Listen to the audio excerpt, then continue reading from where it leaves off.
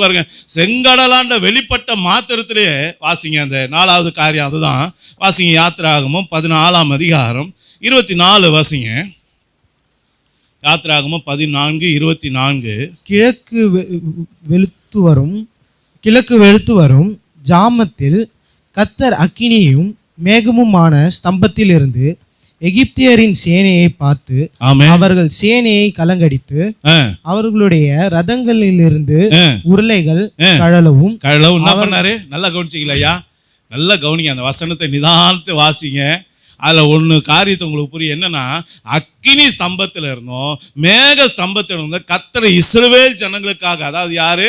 தம்முடைய பிள்ளைகளுக்காக அவர் என்ன பண்ணார்? யுத்தம் பண்ணார். எப்படி யுத்தம் பண்ணாரு? நல்லா கவனிங்க. அக்கினி ஸ்தம்பம் இப்போ குறுக்கால வந்துருச்சு. யாருக்கு?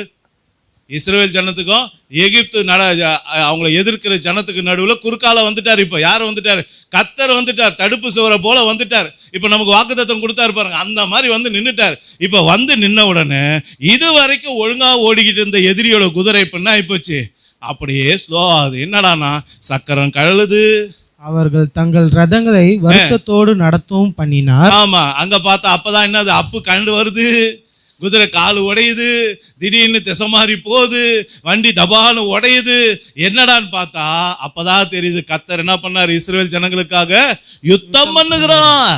நல்லா கவனிச்சிங்க ஐயா. அக்கினி முதலா இருப்பேன் என்று சொன்ன தேவன் இன்றைக்கு நமக்கு என்ன கொடுத்திருக்கார் வார்த்தை? அந்த அக்கினி எதற்காக கொடுக்கிறாராம்? ஏன் அவர் நம்ம கூட அக்கினி முதலா இருக்க போறேன்னு சொன்னார்னா, சில எதிரிகளுக்கு அவர் வந்தாதான் பாடம் புரியும். நல்லா புரிஞ்சுக்கணுங்க. அவர் வந்தாதான் சில பேருக்கு என்ன பண்ணுவாங்க? கண்டுட்டு ஓடுவாங்க. இல்லைன்னு வச்சுங்களேன், சில பேர் அப்படிதான் நம்மளை பின்தொடர்ந்துகிட்டே இருப்பாங்க. சில பிரச்சனைகள்லாம் பார்த்தீங்கன்னா சாதாரண வல்லமெல்லாம் பத்தாது. சில பிரச்சனைக்கு சில காரியங்கள் வெளிப்பட்டு தான் ஆகணும். ஆண்டவரே சொன்னார் பாருங்க, இந்த ஜாதி பிசாசு உபவாசத்தினாலும் ஜபத்தினாலாண்டி வேற எவ்விதத்திலும் புறப்பட்டு போகாது. சில விஷயத்துக்கு கர்த்தர் வெளிப்பட்டாதான் இன்னைக்கு உங்களுக்கு எனக்கு விடுதலை. அதை தான் ஆண்டவர் சொன்னார்.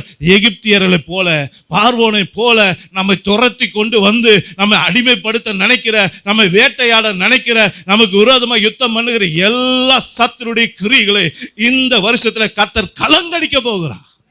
அல்லேலூயா. உன் குடும்பத்தை கலங்கடிக்கிறது எதுவா இருந்தாலும் சரி, உன் பிள்ளைகளை கலங்கடிக்கிற காரியம் எதுவா இருந்தாலும் சரி, இன்றைக்கு கர்த்தர் சொல்லுகிறார், நான் உனக்கு அக்கினி முதலா இருந்து என்ன செய்ய போறேன்? உன் சத்துருக்களை கலங்கடிக்க போகிறேன்னு சொல்றார்.